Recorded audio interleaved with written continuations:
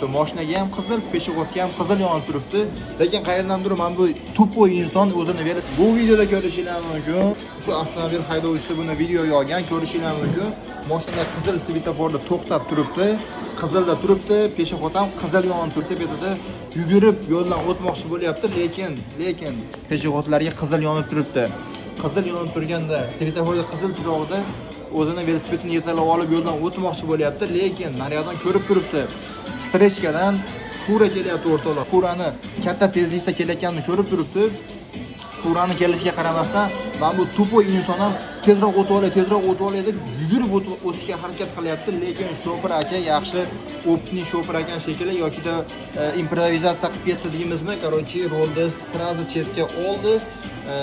Chetga liniyaga chiqdi. Xullas, men bu insonning hayoti qutqarildi.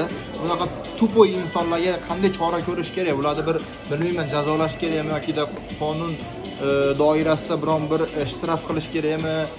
Qamoq jazosi berish kerakmi? Nima qilish kerak bunaqa insonlarga? O'rtoqlar, o'zingizlarning fikringizni kommentda yozib o'tib ketinglar.